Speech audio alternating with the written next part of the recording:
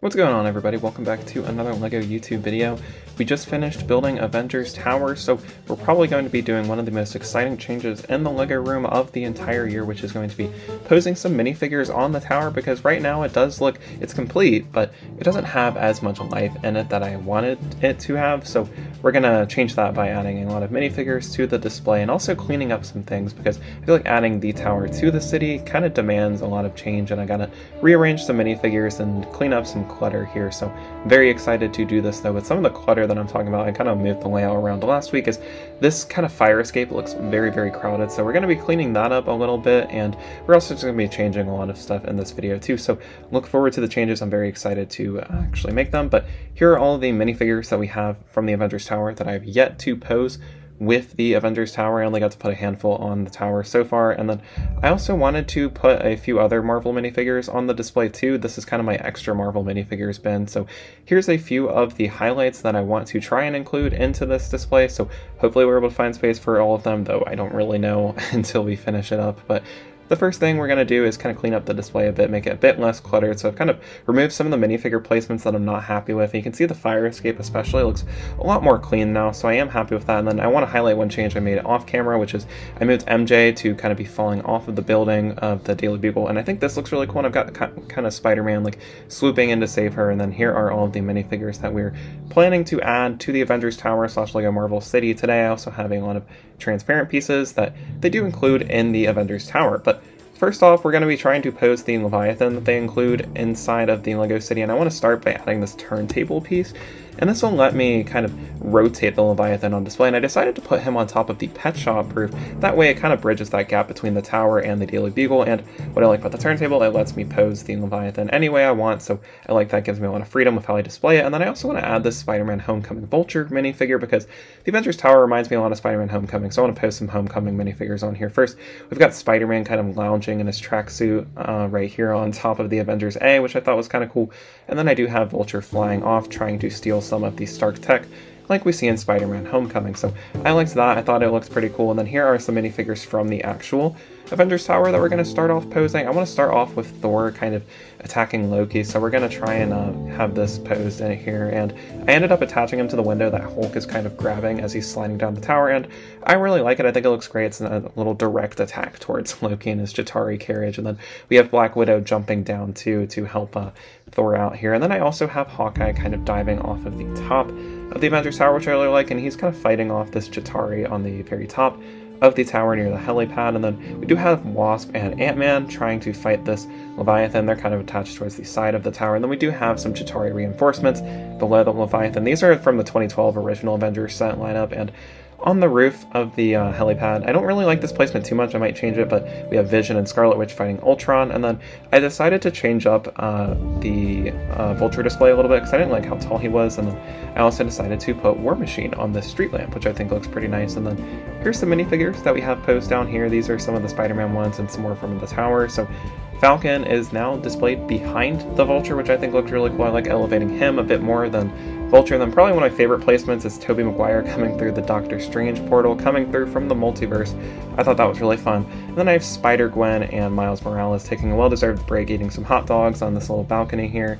And then we have Mysterio. I moved him to the very top of the Daily Bugle. And then we do have Captain Marvel flying up to stop him, so I really like this. It's posed with Firestar as well. And then I added Punisher down here to kind of reinforce Daredevil in his fight against Sandman, which I like that placement a lot. We also have Beetle coming out of the alleyway that is now created with the Avengers Tower and Pet Shop. And then I did add this random civilian that you get in the taxi set that's a gift with purchase of Avengers Tower over by the Sanctum. And then we moved Blade and Morbius down to the base level of the Avengers Tower right in front of that New York Battle of New York Memorial. And then here's the kind of last batch of minifigures that we're going to pose. I'm not sure I'll be able to fit all of these guys on the display, but we'll definitely try. We have the battle-damaged Iron Man swooping behind War Machine, and then at the very top of the tower we have Dr. Eric Selvig, which not really happy about that placement, but it's whatever. Towards the front of the tower I've got Kevin Feige as well as Pepper, and then I do have some S.H.I.E.L.D. agents protecting Director Pierce, and then we also have Ant-Man down here, so I like that placement a lot. I know there's like 5 Iron Mans in this, but whatever, I think it looks good anyway. And then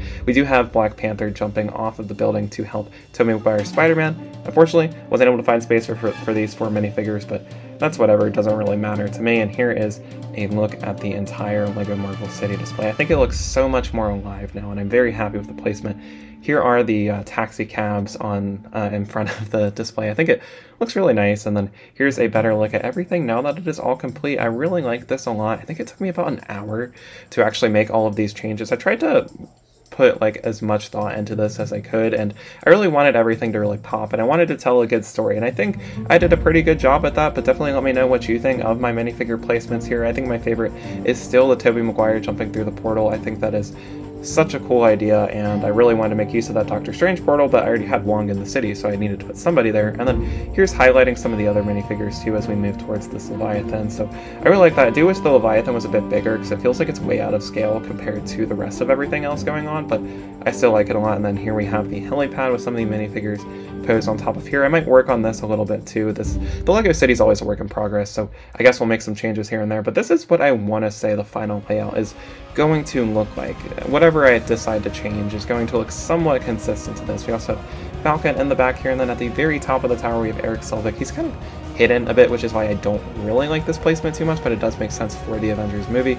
And now that's everything with the Avengers Tower, but we of course did move some other stuff around, so let's just go ahead and take this opportunity to show off some of the other changes. We have the Daily Bugle taxi cab in front of the pet shop, which has Miles and Gwen taking a well-deserved break, and then we have J. Jonah watching all of the chaos that is happening right here, so very nice. That has kind of stayed the same. And then most of the Daily Bugle display is exactly the same. I just moved Punisher where Mary Jane was previously, and we still have Daredevil fighting the Sandman, and then we have She-Hulk kind of chilling behind Daredevil too, and then we have some of these citizens down here. I did add the taxi driver all the way to the far right there, so looks pretty nice. And then we do have MJ falling off the Daily Bugle, which I actually got this from Ash and Flash, but I decided to kind of enhance the idea a bit, so shout out to his YouTube channel. And we also have Green Goblin bursting out of the window, and then Hobgoblin coming out of the alleyway between the Daily Bugle and the Sanctum Sanctorum.